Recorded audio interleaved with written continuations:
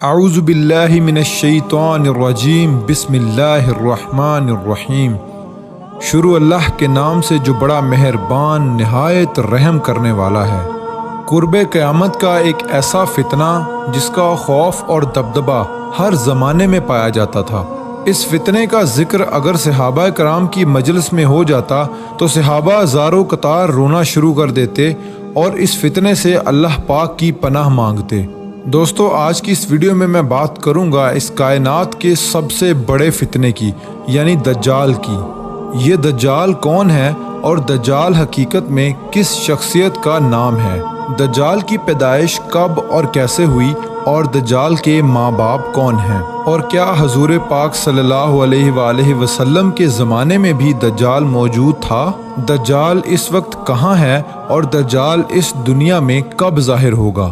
دوستو، ان سارے سوالوں کے جواب آج کی اس ویڈیو میں آپ کو قرآن و حدیث کی روشنی میں بتاؤں گا، لہٰذا آپ سے درخواست ہے کہ میری اس ویڈیو کو پورا اینڈ تک ضرور دیکھیے گا۔ دوستو، نبی پاک صلی اللہ علیہ وآلہ وسلم نے ارشاد فرمایا کہ قیامت اس وقت تک قائم نہیں ہوگی جب تک کہ دجال اس دنیا میں ظاہر نہ ہو جائے۔ دجال کی ظاہری نشانیاں اور شکل و صورت کے بارے میں نبی پاک صلی اللہ علیہ وآلہ وسلم نے ارشاد فرمایا کہ دجال چھوٹے قد کا ہوگا اور وہ بدصورت ہوگا، اور وہ ایک آنکھ سے اندھا ہوگا اور اس کے دونوں پاؤں ٹیڑھے ہوں گے، اور اس کے جسم میں بہت زیادہ بال ہوں گے، اس کے سر کے بال گھنگریالے ہوں گے اور اس کا رنگ سرخ یا گندمی ہوگا، اور اس کی ناک طوطے کی چونچ جیسی ہوگی۔ اور دجال کی سب سے واضح نشانی یہ ہوگی کہ اس کے ماتھے پر کاف فا را لکھا ہوگا، جس کو ہر مسلمان پڑھ لے گا، چاہے وہ پڑھا لکھا ہو یا پھر ان پڑھ ہو، لیکن کافر اور فاسق لوگ اس کو نہ پڑھ سکیں گے۔ دوستو، دجال جب اس دنیا میں ظاہر ہوگا تو لوگوں کے سامنے وہ پرہیزگار بن کر رہے گا تاکہ لوگ زیادہ سے زیادہ اس کی پیروی کریں، لیکن اندر سے وہ کافروں کی طرح ظالم ہوگا۔ دجال سب سے پہلے نبوت کا دعویٰ کرے گا۔ جب اس کے ماننے والوں کی تعداد زیادہ ہو جائے گی تو اس کے بعد یہ خدائی کا دعویٰ کر دے گا۔ دجال ایک بہت بڑی سواری پر سوار ہو کر پوری روئے زمین پر گردش کرے گا۔ وہ سواری اتنی بڑی ہوگی کہ اس کی آنکھوں کا درمیانی فاصلہ 40 گز ہوگا۔ دوستو، دجال کے پاس بے شمار طاقت اور بے شمار مال و دولت کے خزانے ہوں گے۔ اس روئے زمین کی زیادہ تر نہروں پر اس کا قبضہ ہوگا اور اس کی اجازت کے بغیر کوئی بھی پانی نہ پی سکے گا۔ یہ لوگوں کو گمراہ کرنے کے لیے طرح طرح کی شودہ بازیاں دکھائے گا۔ یہ آسمان کو حکم دے گا تو وہ بارش برسائے گا، یہ زمین کو حکم دے گا تو وہ سبزہ اگائے گی۔ اس وقت دجال اپنے آپ کو خدا کہے گا۔ جو لوگ اس کے پیروکار بن جائیں گے ان کو یہ مالا مال کر دے گا اور وہ لوگ عیش و عشرت کی زندگی گزاریں گے، اور جو لوگ دجال کو خدا ماننے سے انکار کر دیں گے تو یہ ان کو قتل کر دے گا۔ دوستو، دجال بجلی سے بھی زیادہ تیز رفتار سے اس زمین کے اندر گردش کرے گا اور وہ دنیا کے ہر کونے میں جائے گا۔ اس وقت دنیا کے تمام کافر اور اسرائیلی لوگ اس کی حمایت کریں گے اور اس کی جماعت کے ساتھ شامل ہو جائیں گے، لیکن جو سچا مسلمان ہوگا وہ اس کو پہچان لے گا اور اس کو ماننے سے انکار کر دے گا۔ دجال پوری روئے زمین میں فتنہ اور فساد پھیلانے کے بعد مکہ مکرمہ اور مدینہ منورہ کی طرف روانہ ہوگا۔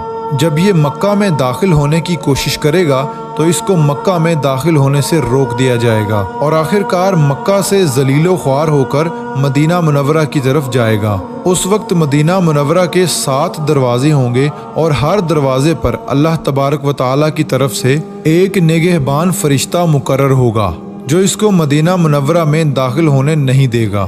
اس وقت دجال مکہ اور مدینہ کے باہر کھڑے ہو کر ایک خوفناک چیخ مارے گا۔ اس وقت مکہ اور مدینہ کے اندر جو بھی لوگ منافقین ہوں گے وہ اس کی آواز سن کر باہر نکل آئیں گے اور دجال کے گروہ میں شامل ہو جائیں گے۔ دوستو، دجال 40 دن تک دنیا میں رہے گا اور آخر کار امام مہدی علیہ السلام اور حضرت عیسیٰ علیہ السلام کے ساتھ اس کا مقابلہ ہوگا۔ اس وقت دجال کا لشکر دنیاوی اعتبار سے مسلمانوں سے زیادہ مضبوط اور زیادہ طاقتور ہوگا۔ اس وقت مسلمانوں اور دجالی گروہ کے درمیان ایک بہت بڑی جنگ ہوگی۔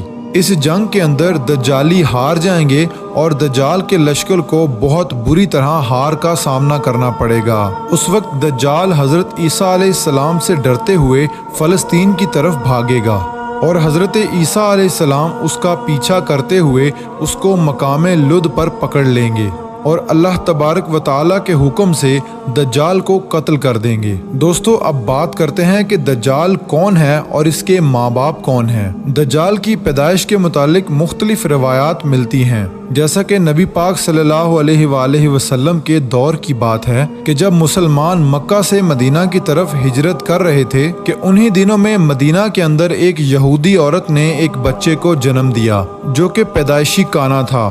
پیدائش کے اعتبار سے یہ بچہ بہت عجیب و غریب تھا۔ بچپن میں یہ بچہ مدینے کے اندر بچوں کے ساتھ کھیلا کرتا تھا اور آہستہ آہستہ یہ بچہ مدینے کے اندر مشہور ہونے لگا اور مدینے کے اندر اس نے اپنے اوپر وحی آنے کا دعویٰ کر دیا اور یہ بچہ لوگوں کے ساتھ عجیب و غریب اور پر اسرار باتیں کرنے لگا۔ جب اس کی ماں کو یہ علم ہوا تو اس کی ماں حضور پاک صلی اللہ علیہ وآلہ وسلم کی خدمت میں آئی اور اپنے بیٹے کا سارا حال نبی پاک صلی اللہ علیہ وآلہ وسلم کو بتایا، اور اس بچے کی ماں حضرت محمد صلی اللہ علیہ وآلہ وسلم سے گزارش کرنے لگی کہ آپ اس بچے کا معائنہ کریں کہ یہ کیا کر رہا ہے۔ ایک دن آپ صلی اللہ علیہ وآلہ وسلم صحابہ کرام کے ہمراہ اس بچے کا معائنہ کرنے کے لیے اس کے گھر کی طرف روانہ ہوئے تو آپ نے رستے میں اس بچے کو انصاری بچوں کے ساتھ کھیلتے ہوئے دیکھا۔ اس بچے کا نام ابن سیاد تھا۔ اس وقت آپ صلی اللہ علیہ وآلہ وسلم کے ساتھ عمر بن خطاب رضی اللہ تعالی عنہ اور دیگر صحابہ کرام بھی موجود تھے۔ اس وقت ابن سیاد بلوغت کے قریب تھا لیکن جوان نہیں ہوا تھا۔ آپ صلی اللہ علیہ وآلہ وسلم اس کے قریب گئے لیکن اس کو پتہ نہ چلا تو آپ صلی اللہ علیہ وآلہ وسلم نے اس کی کمر پر ایک ضرب لگائی اور ابن سیاد سے فرمایا کہ کیا تم گواہی دیتے ہو کہ میں اللہ کا رسول ہوں؟ تو ابن سیاد نے آپ صلی اللہ علیہ وآلہ وسلم کی طرف دیکھا اور کہا کہ میں گواہی دیتا ہوں کہ آپ اللہ کے رسول ہیں۔ پھر ابن سیاد نے آپ صلی اللہ علیہ وآلہ وسلم سے کہا کہ کیا آپ گواہی دیتے ہیں کہ میں اللہ کا رسول ہوں؟ تو آپ صلی اللہ علیہ وآلہ وسلم نے ابن سیاد کو چھوڑ دیا اور فرمایا کہ میں اللہ اور اس کے رسولوں پر ایمان لایا۔ اس کے بعد آپ صلی اللہ علیہ وآلہ وسلم نے ابن سیاد سے پوچھا کہ تو کیا دیکھتا ہے؟ تو ابن سیاد نے کہا کہ میں سمندر پر عرش دیکھتا ہوں۔ تو اس وقت آپ صلی اللہ علیہ وآلہ وسلم نے ارشاد فرمایا کہ وہ ابلیس کی چال ہے۔ تو اس وقت ابن سیاد نے حضرت محمد صلی اللہ علیہ وآلہ وسلم کو بتایا کہ میرے پاس سچی اور جھوٹی خبریں آتی ہیں۔ یہ بات سن کر آپ صلی اللہ علیہ وآلہ وسلم نے فرمایا پھر تو تیرا معاملہ الٹ ہو گیا۔ اس کے بعد آپ صلی اللہ علیہ وآلہ وسلم نے ابن سیاد سے فرمایا کہ میں نے تیرے لیے ایک چھپانے والی چیز چھپائی ہے۔ دراصل اس وقت آپ صلی اللہ علیہ وآلہ وسلم نے اپنے دل کے اندر لفظ دخان سوچا تھا۔ تو ابن سیاد آپ صلی اللہ علیہ وآلہ وسلم سے کہنے لگا کہ آپ نے دل کے اندر جو چیز چھپائی ہے وہ الدخ ہے۔ تو اس پر آپ صلی اللہ علیہ وآلہ وسلم نے ارشاد فرمایا کہ ذلیل ہو جا، تیری قدرت بڑھ نہیں سکتی۔ اس وقت حضرت عمر رضی اللہ تعالی عنہ نے فرمایا کہ اگر آپ مجھے اجازت دیں تو میں اس کی گردن اڑا دوں۔ اس وقت آپ صلی اللہ علیہ وآلہ وسلم نے ارشاد فرمایا کہ اسے چھوڑ دو، کہ اگر تو یہ سچا ہے تو اسے قتل نہیں کر سکتا اور اگر یہ جھوٹا ہے تو اسے قتل کرنے میں کوئی بھلائی نہیں۔ دوستو، مدینے کے لوگ ابن سیاد کے بارے میں کہا کرتے تھے کہ بعض شیاطین اس کے پاس آتے تھے جو اسے عرش الہی کی خبریں دیا کرتے تھے، جبکہ آپ صلی اللہ علیہ وآلہ وسلم نے ابن سیاد کے بارے میں سکونت اختیار کی ہے، کیونکہ آپ صلی اللہ علیہ وآلہ وسلم کی طرف یہ وحی نہیں کی گئی کہ ابن سیاد کی حقیقت کیا ہے، جبکہ بعض لوگ ابن سیاد کو ہی دجال مانتے ہیں اور چند صحابہ کرام کا خیال بھی یہی تھا۔